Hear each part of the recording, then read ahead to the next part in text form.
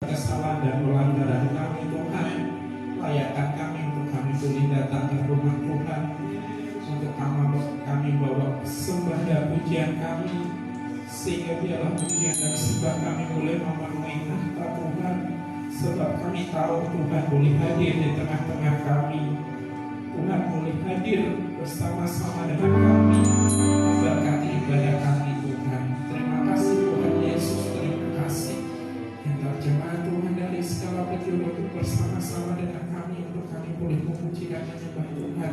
Kami bersatu hati menolak segala roh-roh yang tidak berasal daripada Tuhan di dalam nama Tuhan Yesus. Kuasai hati kami, kuasai hidup kami, kuasai ruangan ini dengan kehadiran Tuhan, dengan Roh Kudus-Mu yang boleh hadir dan menjamah setiap kehidupan kami. Terima kasih Tuhan Yesus, terima kasih, segala hormat dan puji syukur kami persembahkan kepada Tuhan. Kami mau membawa pujian yang terbaik buat Engkau di dalam nama Tuhan Yesus Kristus. Haleluya. Amin. Shalom Bapak Ibu yang diingat Tuhan. Bagaimana kabarnya? Luar biasa. Kita membawa pujian syukur kita kepada Tuhan. Amin. Sebab segala puji syukur hanya bagi Tuhan. Soraklah haleluya.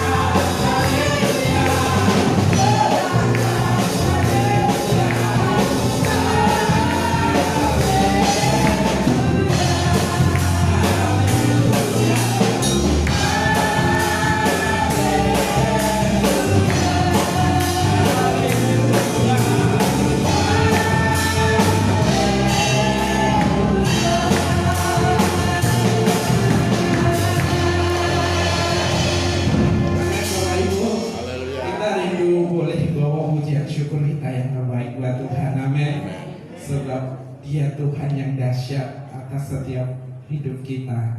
Sebab dari utara selatan timur ke barat pun boleh memuji nama Tuhan. Kemuliaan hanya untuk Tuhan.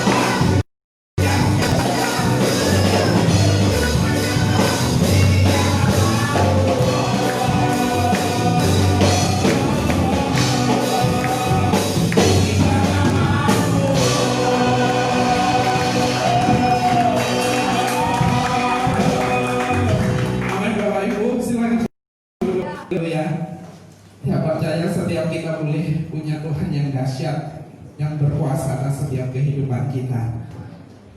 Bahkan biar bumi akan berlalu, bahkan bulan tak bercahaya lagi, biarlah kita boleh tetap mengasihi Tuhan Yesus. Amin. Sebab Dia juga pribadi yang boleh mengasihi setiap kita. Amin.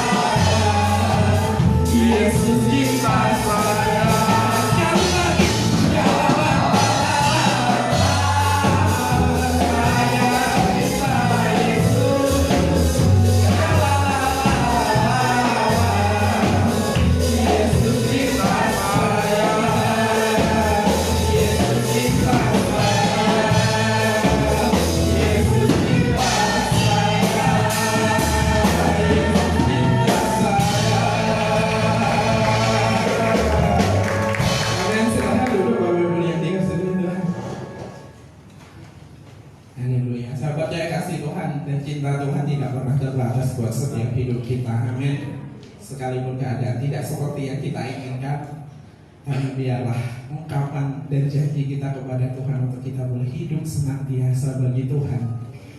Sebab kasih Tuhan tidak pernah bisa dipisahkan oleh apapun, oleh keadaan, oleh masalah, oleh sakit penyakit, oleh problem. Asalkan kita mau mengikuti Yesus dengan kesungguhan dan setiap hati kita. Mari kita siapkan hati dan hidup kita untuk kita boleh belajar firman Tuhan.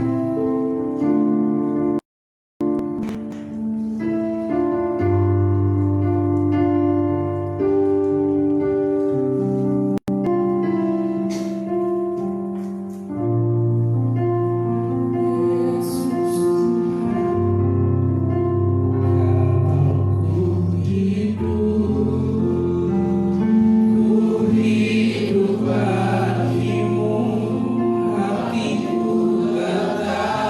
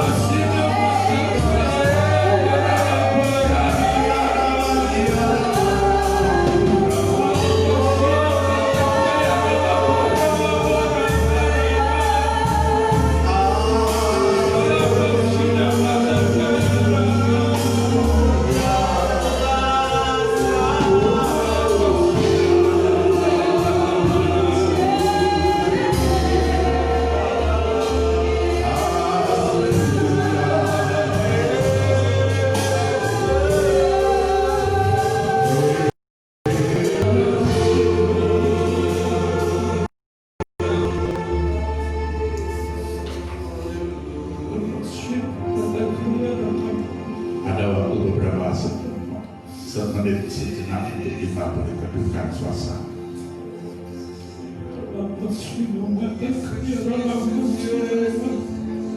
Seberapa seriuskah kita di dalam mengiring Yesus? Benarkah kita bertekad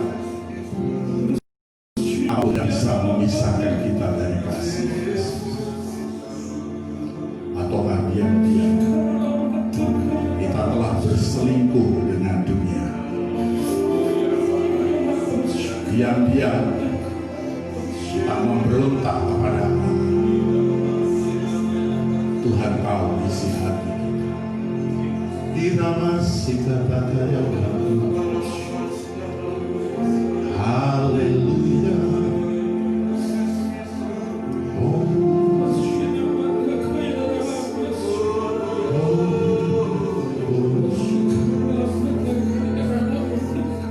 Kekudusan kiranya melingkupi setiap kami. Biarlah Engkau mentahirkan kami dengan kuasa darah anak domba, sehingga kami boleh layak menghampiri tahta kasih karunia Allah, dan kami mendapatkan pertolongan pada waktunya. Inilah diri kami bawa hidup kami. Kami persembahkan di atas mezbah untuk melakukan kehendak. Karena itu berkatilah kami dengan kebenaran firman yang menyembuhkan, yang menuntun, yang menghibur, yang menguatkan, yang menasehati, yang menebrak setiap dosa, dan yang membawa setiap orang hidup dalam kebenaran, diubahkan, dibaharui, dipulihkan, dan menjadi pribadi yang berkenan kepada Allah. Terima kasih Tuhan. Di dalam nama Yesus kami siapkan diri kami untuk menikmati kebenaran firman. Haleluya. Amin. Silakan duduk jemaat Tuhan yang terkasih. Puji Tuhan, selamat pagi, shalom. Selamat pagi juga buat jemaat Tuhan yang mengikuti ibadah secara live streaming. Ada Pak Surya Esa dari Purwokerto, ada Pak Surya Kwan, ada Mbak Sumira, juga ada Ibu Sulis, juga ada Ibu Yenti dan sebagainya. Dan selamat datang juga buat Mbak Yesi, puji Tuhan beserta dengan keluarga atau siapa yang diajak ya, juga saudara-saudara yang lain, juga Mas David, wah luar biasa ya, dari Surabaya datang langsung ke tempat ini, puji nama Tuhan. Juga ada juga jemaat Ponorogo yang streaming, puji Tuhan. Jemaat Tuhan yang dikasihi, hari ini kita mau belajar kebenaran firman Tuhan, bahwa mengikut Yesus itu adalah sesuatu yang serius, gak bisa main-main. Ya, mengikut Yesus itu adalah sesuatu yang harus kita jalani, kita sikapi dengan sepenuh hati, dengan totalitas yang utuh. Ya, jikalau tidak, maka kita akan menjadi pribadi yang tidak masuk ke dalam hitungan. Ya. Itulah sebabnya mari kita belajar untuk kita bisa mengikut Yesus dengan serius. Beritahu diri Yesus dengan serius. Amin.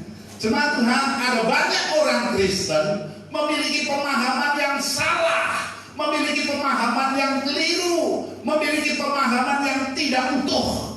Ya, seperti apa? Di antaranya banyak orang Kristen mengira hidup menjadi orang Kristen, hidup mengikut Yesus itu adalah hidup yang enak, ya kan? Cari makan enak, menjalani enak, pokoknya semua serba enak. Kenyataannya gimana? Oh, yang benar kenyataannya adalah mengikut Yesus itu bukan masalah enak atau tidak enak. Tapi mengikut Yesus itu ada suatu sukacita di dalam hati, amin. Sehingga menghadapi apapun tidak enak sekalipun, itu yang mengurangi sukacita dan damai sejahtera di dalam hati, katakan amin. Banyak orang Kristen berpikir kalau saya ikut Yesus, saya bisa hidup kaya, saya bisa hidup makmur, toko saya jadi laris, dagangan saya jadi laku dan sebagainya. Kenyataannya gimana? Ngikut Yesus itu bukan ngomong soal dagang. Ngikut Yesus itu bukan ngomong soal apa yang saudara bisa. Tapi mengikut Yesus itu dipastikan saudara bakal memiliki kehidupan yang penuh. Amin. Kehidupan yang utuh, kehidupan yang berkelimpahan. Itu kalau bahasanya Yohanes pasal 10 ayat 10. Banyak orang Kristen berpikir kalau mengikut Yesus hidupnya tidak akan susah, tidak akan bakal mengalami kesengsaraan, penderitaan, tidak ada masalah. Siapa bilang? Alkitab tidak ngomong begitu. Justru banyak orang akan mengalami aniaya karena mengikut Yesus. Sebab masalah, persoalan seringkali Tuhan izinkan untuk apa? Batu uji bagi iman kita. Haleluya. Untuk memurnikan iman kita. Banyak orang Kristen, hidup Kristen itu, hidup orang percaya itu hidupnya senang, santai. Hidupnya itu pokoknya bersenang-senang. Jemaat Tuhan, kekristenan tidak ngomong soal saudara senang atau tidak. Tapi yang pasti kalau saudara mengikut Yesus dengan benar, saudara akan dibawa kepada tujuan hidup yang benar, yang tertinggi, yang termulia. Hidup Kristen itu tidak ngomong soal kenyamanan. Itulah sebabnya Tuhan tidak janjikan jalan mesti lempeng lurus, matahari selalu bersinar dengan awan-awan yang putih, langitnya yang terus membiru, dengan bunga-bunganya yang mewangi dan bermekaran. Ya, apalagi dihiasi pelangi begitu cantik. Tuhan tidak janjikan itu, tapi Tuhan janjikan Dia beserta dengan kita. Dan itu berarti kita mendapat keleluasaan untuk hidup menyenangkan hatinya Tuhan. Kenapa kok mesti begitu, Pak? Apa yang kita kira kok tidak dapat kita alami, tidak dapat kita nikmati seperti yang saya bayangkan. Saudara, mengikut Yesus itu bukan ngomong soal apa yang ada dalam dunia. Amin. Ngomong mengikut Yesus itu ngomong tentang sesuatu yang hakiki, sesuatu yang terpenting. Karena itu mengikut Yesus itu gak bisa main-main. Mengikut Yesus itu mesti serius. Katakan semua, mesti serius. Amin. Mengikut Yesus itu harus serius. Haleluya. Saudara siap untuk serius mengikut Yesus? Jemaat Tuhan yang terkasih, seberapa serius Pak untuk mengikut Yesus? Yang pertama, mari kita bersama-sama membuka Alkitab kita di dalam Lukas 9 ayat 57 dan 58. Ketika Yesus dan murid-muridnya melanjutkan perjalanan mereka, berkatalah seorang di tengah jalan kepada Yesus, "Aku akan mengikut engkau kemana saja engkau pergi." Yesus berkata kepadanya, "Serigala mempunyai liang dan burung mempunyai sarang, tetapi anak manusia tidak mempunyai tempat untuk meletakkan kepalanya."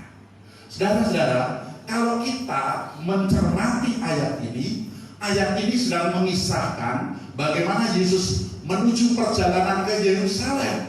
Sebab di Kapernaum di daerah Galilea, dia sudah sangat masyhur, dia sudah sangat terkenal, dia dipuja banyak orang menginginkan Yesus jadi raja. Itulah sebabnya Yesus pergi ke Yerusalem, dan itulah sebabnya orang berpikir, wow, Yesus sedang menuju puncak kemuliaannya. Tiba-tiba ada orang di tengah jalan nyelonong, langsung ngomong, "Guru, biarlah aku ikut engkau." Maksudnya apa? Supaya aku juga mulia kalau nanti Yesus mengalami kemenangan, mengalahkan penjajahan Roma. Saudara-saudara, mereka tidak pernah ngerti rahasia kerajaan Allah. Dipikir kerajaan Allah itu kerajaan politis. Padahal kerajaan Allah itu adalah kerajaan yang rohani. Jemaat Tuhan yang kekasih, enak aja. Dia tidak ikut berjuang dari awal, tahu-tahu di tengah-tengah nongol, waktunya mau menikmati kemuliaan kepengen ikut-ikutan. Halo? Nggak bisa begitu. Karena itu Yesus katakan, kalau kamu mau ikut aku, kamu mesti ngerti. Serigala ada lubangnya, burung ada sarangnya, anak manusia nggak punya tempat untuk meletakkan kepala. Artinya apa? Tidak seorang pun bisa mengikut Yesus seperti yang Yesus rancang kecuali dia mau dimuridkan. Dengar, tidak seorang pun bisa mengikut Yesus seperti yang Yesus rancang dan tetapkan untuk kita kecuali dia mau dimuridkan. Itulah sebabnya Yesus berkata sebelum dia naik ke sorga, dia katakan apa? Pergilah ke seluruh dunia, jadikan sekalian bangsa apa? Sekalian bangsa apa? Banyak orang berpikir jadikan sekalian bangsa anggota. Makanya banyak orang Kristen pokoknya sudah tercatat sebagai anggota gereja, apalagi gereja yang gede, gedungnya keren, fasilitasnya wah bintang 5. Mau masuk saudara-saudara, wah sudah ada asar-asar yang dandan cantik, rapi, ya kan? Dengan karpet merah, lalu masuk, waduh kursi tertata manis, duduk ditiup dengan AC. Wow! Kalau sudah tercatat katanya puas buat orang Kristen, gereja paling top. Dengar, mengikut Yesus itu bukan soal menjadi anggota gereja. Mengikut Yesus itu bukan soal apakah engkau tercatat sebagai anggota gereja atau tidak. Tapi mengikut Yesus itu apakah engkau mau dimuridkan. Kalau engkau tidak mau dimuridkan, engkau bukan pengikut Yesus. Enak aja. Ikut susahnya enggak. Waktu mau mukti-muktinya, waktu mau jaya-jayanya tiba-tiba nimbrung. Nggak bisa begitu.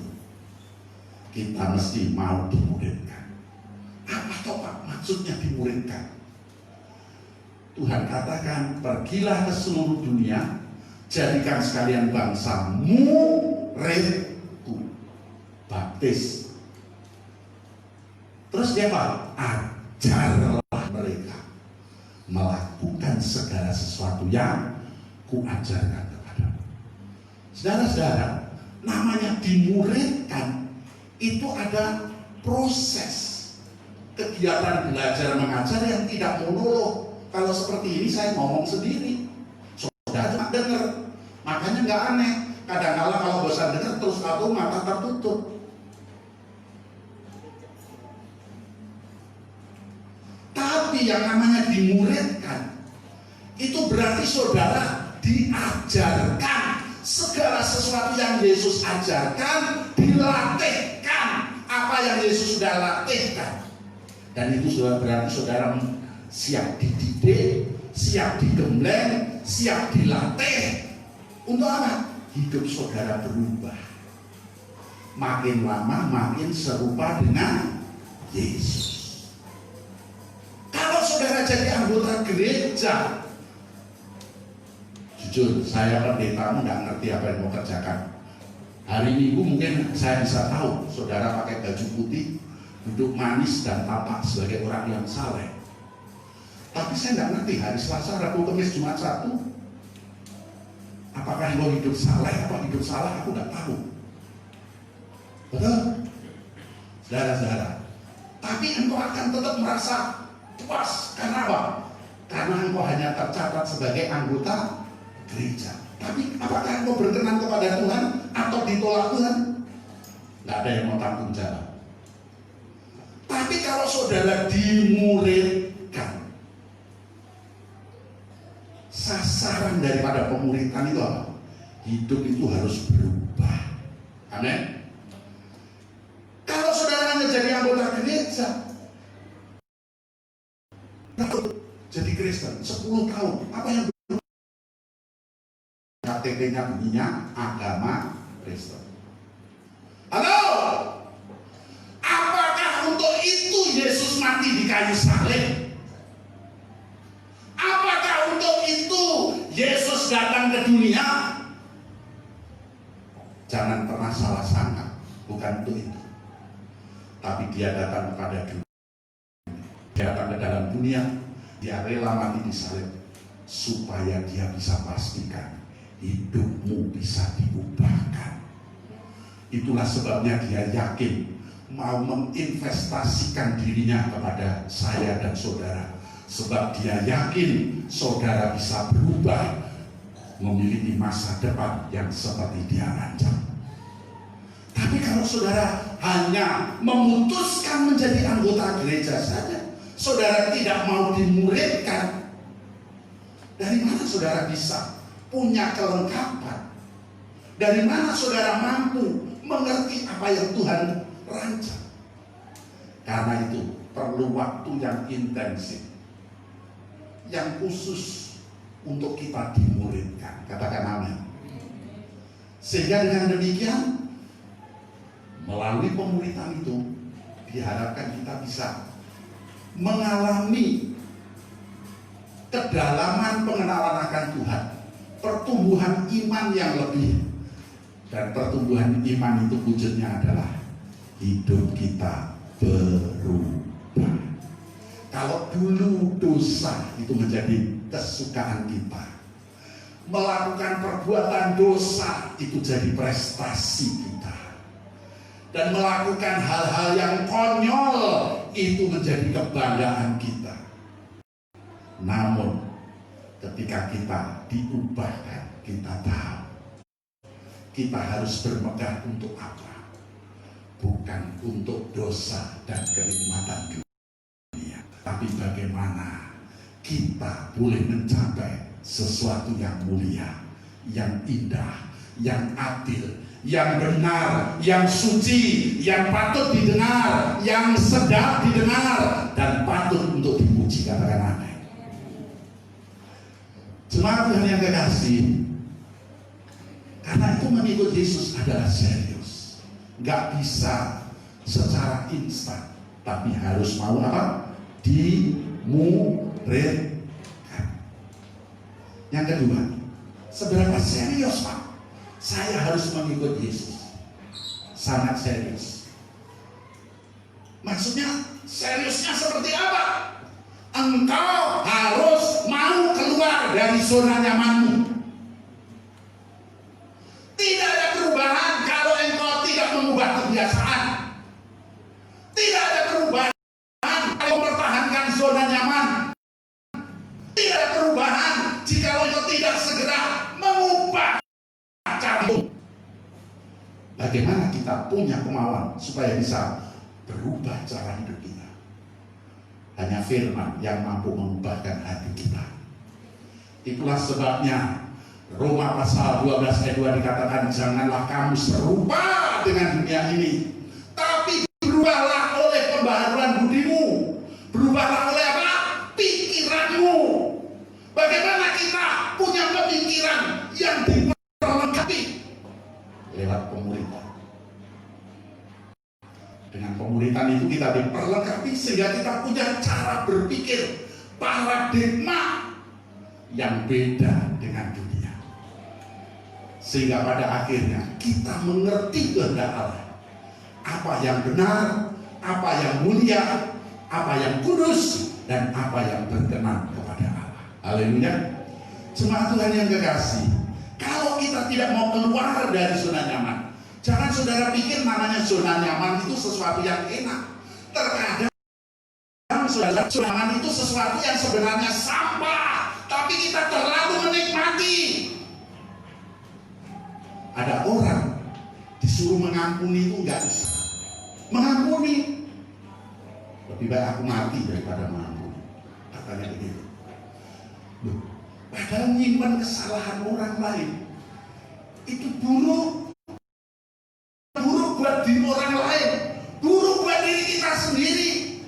Berapa banyak orang mati karena kanker, berapa banyak orang mati karena jantung, berapa banyak orang mati karena darah tinggi. Karena apa? Tidak bisa mengampuni. Tapi kenapa dia tidak mau berubah? Karena itu sudah terlanjur menjadi zona nyaman. Karena itu kalau kita kepingin mengikut Yesus itu mesti serius. Caranya bagaimana? Keluar dari zona nyaman. Lukas 9 ayat 23 dikatakan, karena itu barang siapa mau mengikut aku, dia harus menyangkal dirinya, memikul salibnya, dan tekun mengikut aku. Haleluya. Jemaat Tuhan yang kekasih, oleh karena itu mengikut Yesus itu hal serius. Tidak bisa puji Tuhan hari Natal tiba-tiba mati masuk surga. Aja.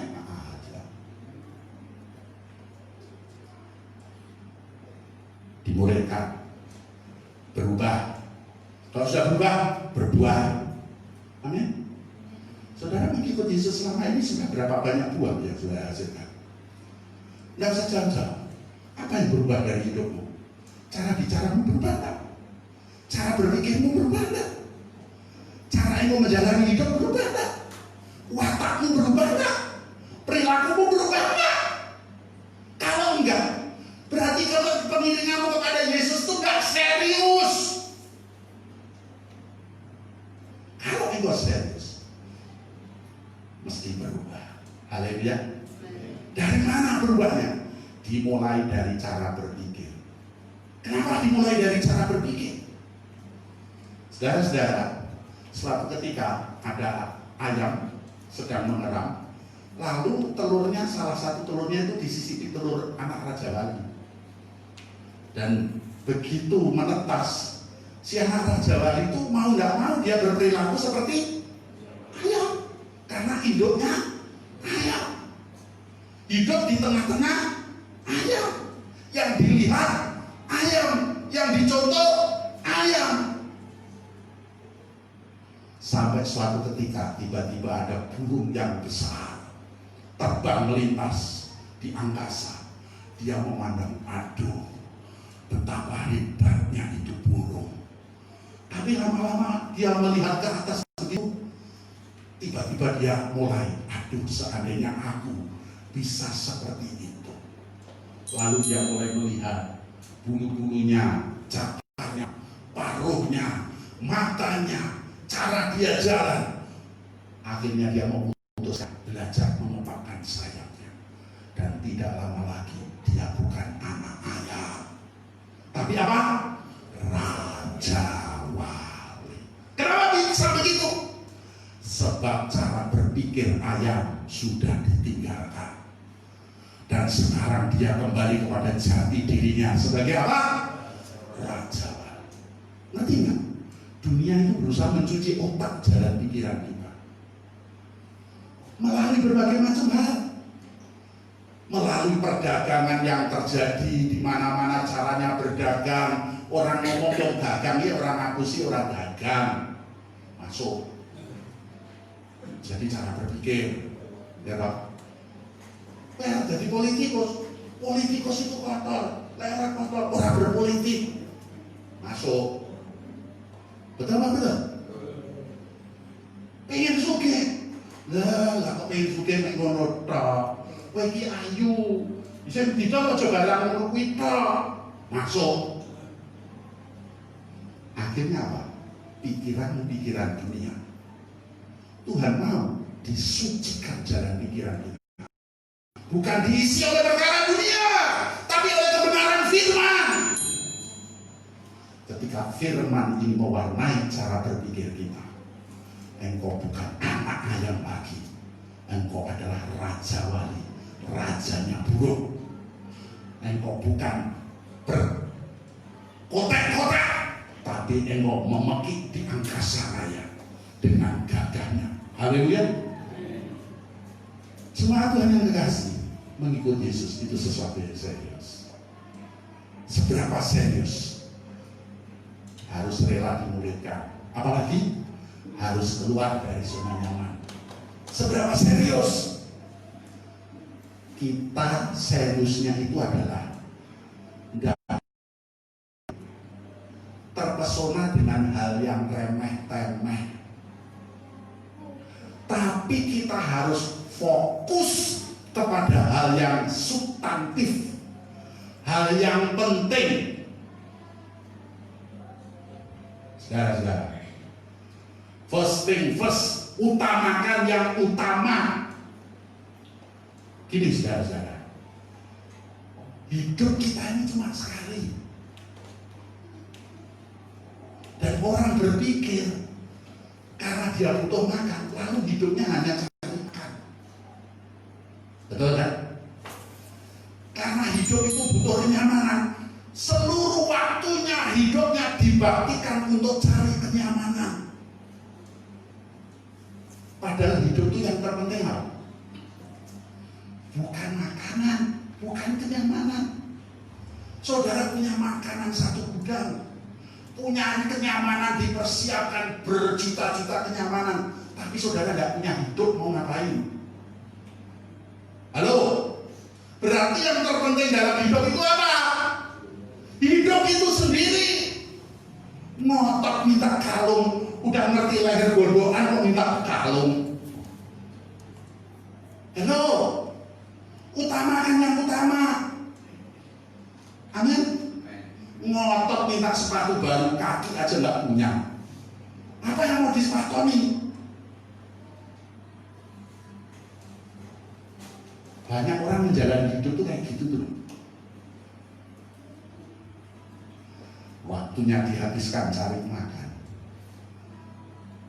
Saya jadi ingat dulu saya pelihara ayam di depan sini. Saudara-saudara, ya, waduh, bapak saya itu kalau kasih makan ayam tuh sumberan sekali. Ini kata pagi, begitu. Tapi begitu ada yang rebutan, bapak saya mengamuk cari sapu digiyepuk, wajah. Tetangga saya itu Pak Solo itu sampai ketawa sendiri. Saudara, tapi kalau saya perhatikan ayam itu sudah begitu keluar kandang berkokok kukuriu. Nah itu apa? Cari makan. Dan cari makan apa? Kawin. Habis kawin, begitu sore masuk kandang. Terus besok pagi, begitu pagi kandang dibuka, keluar. Apa? Cari makan. Apalagi? Kawin. Udah itu masuk. Siapa ya kira-kira yang punya hidup cuma kayak begitu? Saudara-saudara, jangan noleh. Nanti ada yang tersinggung kalau saudara noleh. Terus hidup itu masa cuma buat begitu? Apakah kita dilahirkan hanya untuk itu? Apakah kita ada di dunia hanya untuk itu? Tuhan katakan carilah dulu perkara yang di atas. Carilah kerajaan Allah dan kebenarannya. Semuanya ditambahkan kepadamu. Kalau engkau punya hidup, saudara-saudara, Tuhan pasti sediakan apa yang kau perlu. Karena itu urusi hidupmu. Utamakan hidupmu. Kalau engkau ngerti bagaimana mengutamakan hidup, bagaimana merawat hidup, bagaimana menata hidup, itu Tuhan kasih hikmat. Sehingga meskipun pandemi, Tuhan tidak izinkan kita terlantar. Haleluya. Kenapa? Hikmatnya menyertai kita. Kok kenapa hikmat? Sebab cara berpikir kita sama dengan dunia lagi. Cara berpikir kita sesuai dengan apa yang Allah rancang buat kita. Oleh karena itu jemaat Tuhan yang dikasih, mengikut Yesus itu sesuatu yang serius. Yesus katakan serigala ada lubangnya, burung ada sarangnya. Karena itu bagi Yesus tidak ada sarang, tidak ada lubang, tidak masalah kok. Yang penting, yang terpenting ini hidup ini masih terus produktif. Hidup harus tetap bagaimana bisa menghasilkan. Haleluya. Jadi soal kenyamanan, itu nomor sekian. Tapi banyak orang Kristen hanya mengejar kenyamanan hidup. Makanya nggak aneh, dulu gaji 3 juta, sarapannya nasi pecel tetangganya yang jualan di gardu, ya kan? Begitu gajinya naik 10 juta, nggak mau lagi pergi ke nasi pecel tetangganya. Pergi kemana? Nasi Padang. Begitu gajinya 25 juta, nasi Padang masa lalu katanya. Saudara-saudara, cari kemana? Restoran dong, bintang 5 dong. Akibatnya apa? Engkau tidak pernah memberi. Karena yang kau pikir kenyamanan hidupmu. Dan engkau bingung, gaji dulu gaji 3 juta cukup, sekarang 25 juta kok kurang sih? Karena cara berpikirmu tidak sesuai dengan rancangan Tuhan. Tuhan mau kita hidup sesuai rancangannya. Gaji 3 juta, saudara cukup. Karena itu gaji 25 juta. Bukan untuk meningkatkan gaya hidup, tapi mikir Tuhan kok kasih banyak untuk apa ya? Supaya engkau mendukung pekerjaan Tuhan. Amin. Supaya engkau peduli orang miskin. Amin. Supaya engkau bisa membantu orang yang kesusahan. Supaya apa? Engkau bisa membantu hamba-hamba Tuhan di pedesaan, di tengah lautan. Supaya apa? Engkau peduli dengan mereka yang terlantar. Dari mana? Karena engkau tidak mengubah cara hidupmu tadi, gaya hidupmu tadi, gaya menjalani hidupmu. Sehingga engkau punya banyak uang, banyak dana untuk engkau bisa berbuat baik kepada banyak orang. Tapi belum sudah bingung dengan gaya hidupnya. Saudara-saudara, yang tadinya tas gendongan pasar aja mau, sekarang mesti Hermes, ya sudah. Amin. Mengikut Yesus itu bukan soal pernak-pernik. Saya memang itu tidak gampang. Saya katakan itu memang tidak gampang. Karena itu memang kalau saudara zona nyaman itu menjadi target saudara, saudara tidak akan pernah bisa mengikut Yesus dengan benar. Mengikut Yesus itu serius. Karena itu tinggalkan zona nyaman. Mengikut Yesus itu serius. Karena itu fokus kepada apa yang inti. Amin. Apa yang inti. Saudara-saudara, baju itu harga 40.000 itu ya baju. Baju. Nggak ada bedanya. Yang beda apa? Harganya saja kok. Betul apa betul? Karena itu kalau saudara hanya mengejar prestis, dengar, prestis itu seperti busa itu, mulut gede, pegang gemuk ini melimpes, tidak ada artinya. Karena itu kalau saudara hanya mengejar prestis, saudara hanya bingung ngomong apa ya, wah, kalau ngomongin wow, wah. Tapi dengar, wah dan oh itu bertetangga dekat. Begitu saudara, wah ya korupsi, oh, yang tadinya begini, jempolnya gede, tahu-tahu mengkurang. Kadang juga aneh orang Kristen tuh, pasang status di Facebook, beli barang ini, difoto, supaya apa? Dapat jempol. Nggak ada yang kasih jempol, boleh di tangan. Supaya apa? Fotonya lebih keren. Supaya apa? Dapat jempol. Jempol kayak itu kelompoknya jadi apa toh? Tapi itulah kehidupan masyarakat kita, sedang dicuci otak. Halo? Nggak kerasa ya? Itu dicuci otak itu. Sehingga sibuk hanya ngumpulin jempol yang nggak ada faedahnya.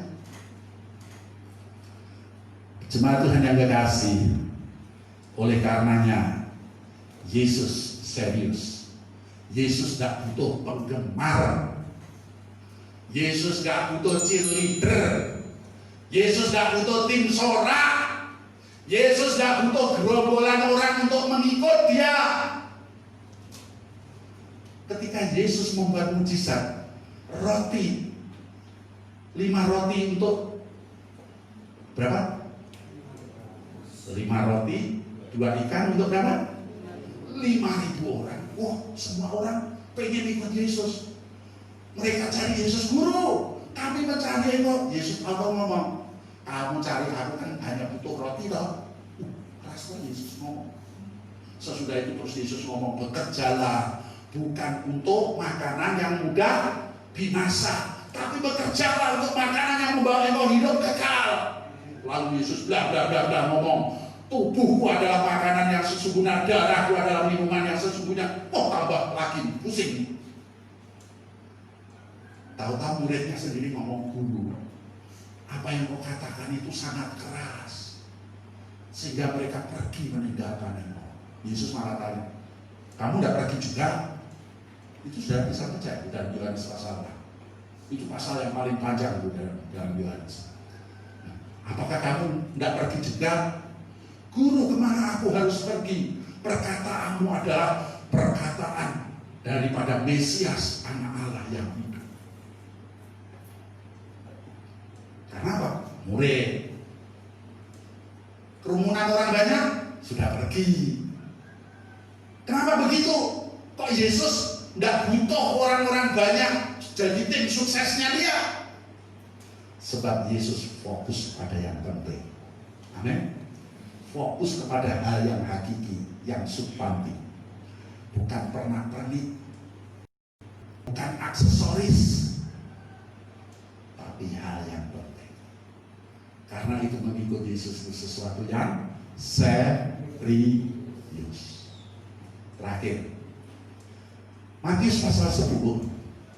Mari kita baca Matius pasal 10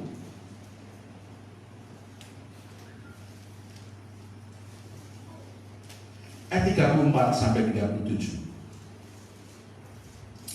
Jangan kamu menyangka bahwa aku datang untuk membawa damai di atas bumi. Aku datang bukan untuk membawa damai, melainkan pedang. Sebab aku datang untuk memisahkannya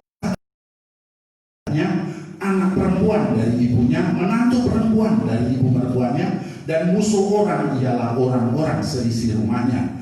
Barang siapa mengasihi bapa atau ibunya lebih daripadaku, ia tidak layak bagiku. Bagaimana? Ia tidak layak bagiku. Sekali lagi, bagaimana? Ia tidak layak bagiku. Dan barang siapa mengasihi anaknya laki-laki atau perempuan lebih daripadaku, bagaimana? Ia tidak layak bagiku. Jadi mengikut Yesus itu keputusan yang radikal. Makanya harus serius. Seradikal apa? Kalau ayahmu, ibumu menghalangi engkau untuk mengikut Yesus dengan benar, lebih baik tinggalkan ayahmu dan ibumu dan ikut aku dengan serius. Berarti mengikut Yesus itu harus siap berkorban. Korban yang paling berat apa? Korban perasaan. Korban yang paling berat apa? Korban harga diri. Korban yang paling berat apa? Rasa kehilangan. Seserius itu mengikut Yesus. Karena itu surga bukan barang murahan. Amin. Percaya Yesus pasti masuk surga, pasti masuk surga. Tetapi kalau saudara dibawa ke surga, saudara tidak siap. Halo, saudara mau ngapain di surga? Engkau tidak cocok dengan keadaannya, engkau tidak cocok dengan seleramu. Suatu ketika ada orang tiba-tiba mati suri. Tahu ya mati suri? Mati suri, terus tahu-tahu dia dibawa oleh malaikat ke gerbang pintu neraka. Begitu dia mendekati gerbang pintu neraka, baunya harum sekali.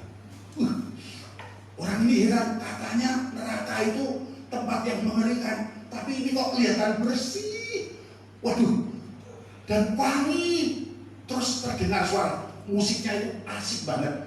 Ya, saudara, jedap jeduk, tarik sus, semua.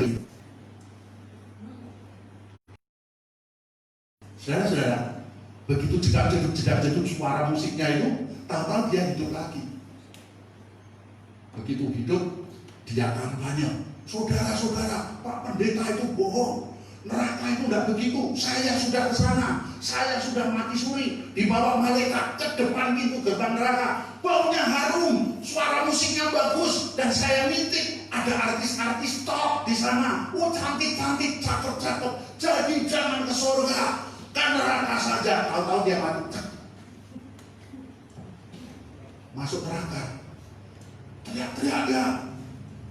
Wah, kenapa jadi begini? Kenapa aku dibakar dengan api neraka? Kenapa ulat berlaku begini? Kenapa begitu?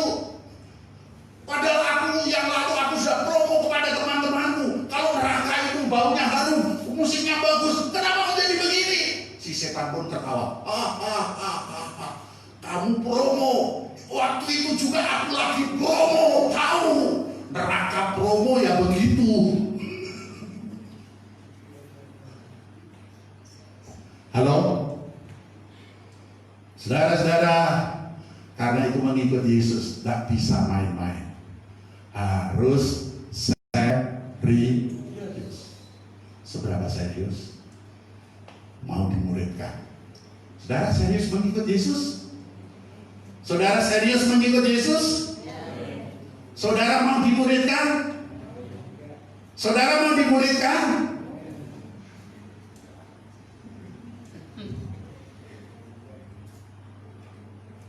Seberapa serius mengikut Yesus? Harus mau keluar dari zona nyaman. Saudara mau keluar dari zona nyaman? Seberapa serius mengikut Yesus? Fokus kepada yang penting, bukan yang aksesoris. Seberapa serius mengikut Yesus? Harus rela berkorban.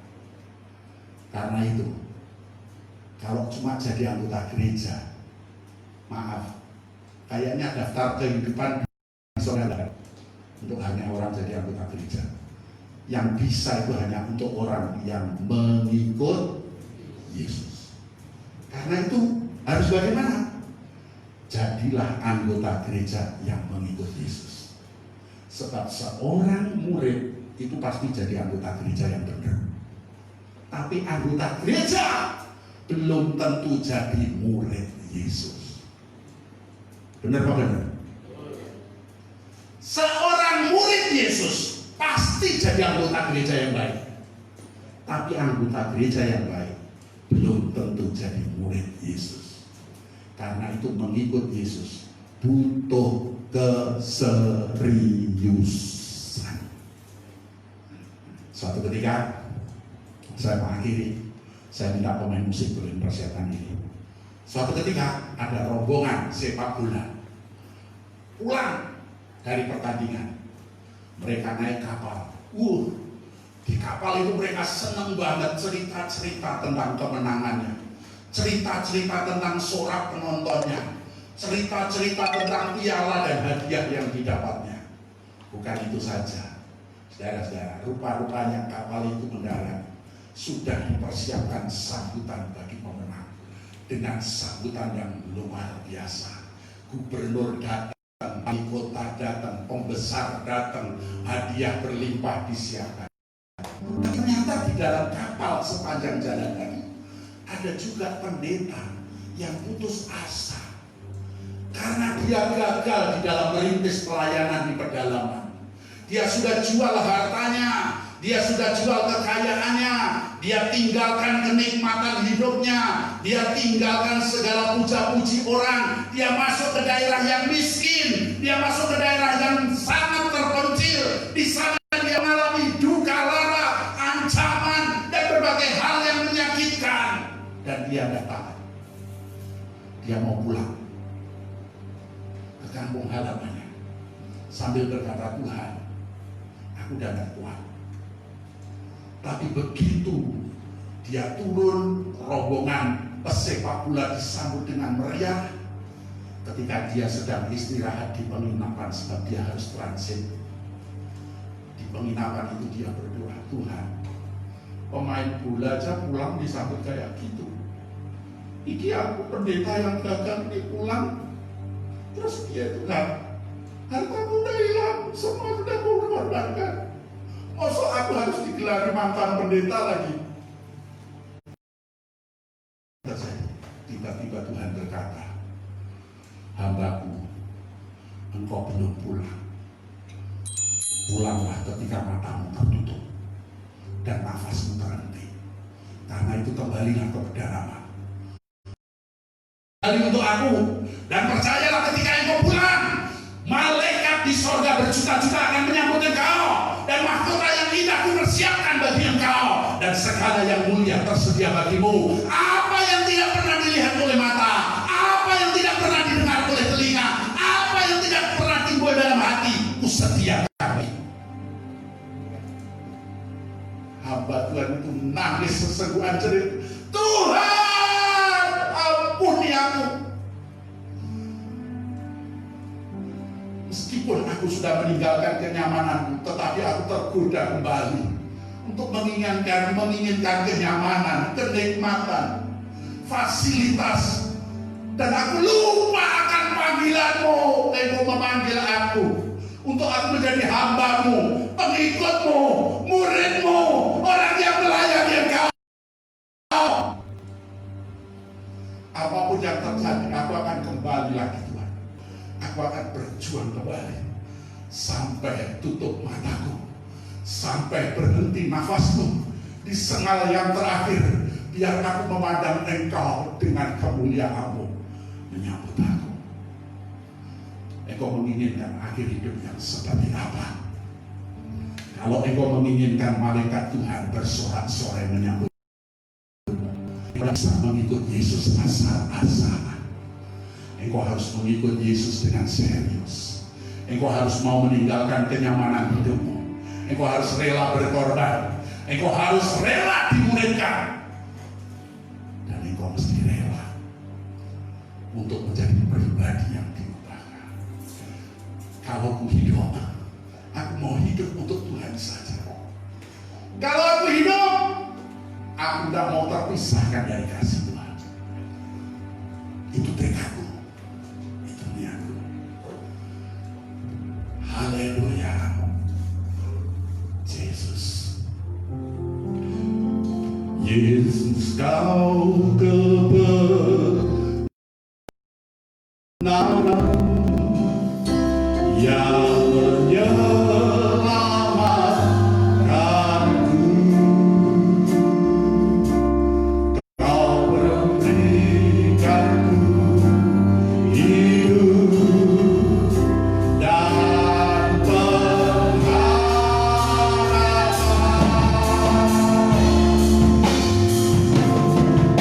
Hidup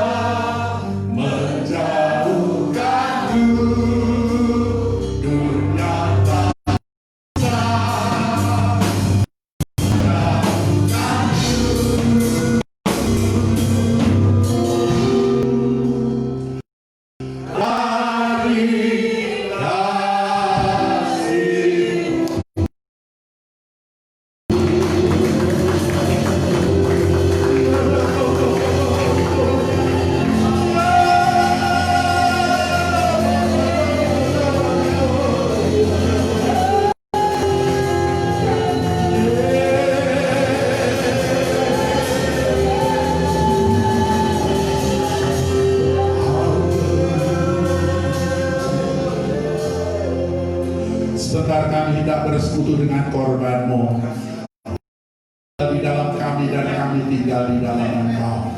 Firman-Mu telah menegaskan kepada kami, barang siapa mengikut aku, dia harus menyangkal dirinya, dia harus pikul salibnya dan mengikut aku. Engkau sendiri yang memberi teladan kepada kami, Engkau rela memberikan diri-Mu bagi kami. Itulah sebabnya Engkau berfirman, barang siapa mencintai nyawanya, ia akan kehilangan nyawanya. Tetapi siapa yang rela kehilangan nyawanya karena aku dan karena Injil, dia akan mendapatkan nyawanya ditambah dengan hidup yang kekal. Itulah sebabnya kami mau serius mengiring Yesus. Kami mau menjadi murid Yesus, dan kami mau bersekutu dengan korban-Mu. Engkau tinggal di dalam kami dan kami tinggal di dalam Engkau. Makanan yang sesungguhnya, darah-Mu adalah minuman yang sesungguhnya. Barang siapa makan darah-Mu dan minum darah-Mu, makan tubuh-Mu dan minum darah-Mu, ia akan mendapat hidup yang kekal sampai selama-lamanya. Karena itu Tuhan, biarlah persekutuan dengan tubuh Kristus ini membuat kami disadarkan, kami menjadi satu kesatuan di dalam anggota, menjadi gereja Tuhan, menjadi jemaat Tuhan. Itu karena pengorbanan Yesus yang mempersatukan kami, bukan karena gagasan kami, bukan karena ide kami, bukan, tapi Engkau memulainya dengan Engkau berkarya memberikan nyawa bagi kami, supaya kami yang tercerai karena dosa disatukan oleh korban Kristus. Dan kami telah dibeli bukan dengan emas dan perak, tapi kami telah dibeli dan menjadi milik Yesus sepenuhnya, dibayar lunas, bukan dengan emas dan perak, tetapi dengan darah yang mahal, darah Yesus Kristus yang tercurah di atas bukit Kalvari, tersalib di tiang gantungan. Itulah sebabnya kami mau menyadari bahwa kami bukan milik kami, tapi Yesus yang hidup di dalam kami. Dan kami mau menyucikan diri untuk kami boleh layak berjumpa dengan Yesus dalam keadaan yang kudus, dalam keadaan yang suci, tanpa cacat, tanpa celah, tanpa noda. Karena itu kami mesti menguduskan hidup kami, dan itu yang membuat mengikut Yesus adalah sesuatu yang serius. Bapa di sorga, kami mau selama hidup dalam dunia, hidup ini kami gunakan untuk mencari jiwa yang terhilang, mencari orang berdosa untuk diselamatkan, mencari mereka yang dalam kesesatan supaya mendapatkan, mencari mereka yang di dalam keluh kesah selanjutnya dipenuhi dengan puji-pujian dan ucapan syukur, mencari mereka yang terlantar, yang menjadi orang asing, agar mereka boleh dibangkitkan martabat dan harga dirinya di dalam Yesus Kristus sebagai milik kesayangan Allah. Sehingga dengan demikian Tuhan, hidup kami, hidup yang menjadi saluran anugerah Allah, hidup yang memberitakan Injil Tuhan, dan kami tahu itu menyenangkan hati Tuhan. Karena pelayanan kudus ini, tahirkan setiap kami, layakkan setiap kami, sehingga kami makan dan minum tubuh dan darah Tuhan tidak dengan cara yang bersalah. Dan setiap kami sudah mendengar firman, baik yang di tempat ini maupun di rumah, berkatilah Turunkanlah berkat-Mu atas setiap kami, supaya firman itu menjadi firman yang mengenyangkan, memuaskan rohani mereka, jiwa mereka, dan menuntun hidup mereka kepada kebenaran dan membuat hidup mereka berubah. Baik kami yang ada di tempat ini maupun yang mendengar melalui siaran streaming, kiranya Tuhan jangkau dengan kasih-Mu, berkati mereka dengan berkat kasih setia dan pertolongan anugerah daripada Tuhan, sehingga mereka bukan menjadi pelaku yang hebat, tidak menjadi pendengar yang hebat, tapi menjadi pelaku firman yang berkenan kepada Tuhan. Terima kasih Tuhan, terpujilah nama-Mu. Dalam nama Yesus Kristus kami hendak bersekutu dengan korban. Haleluya.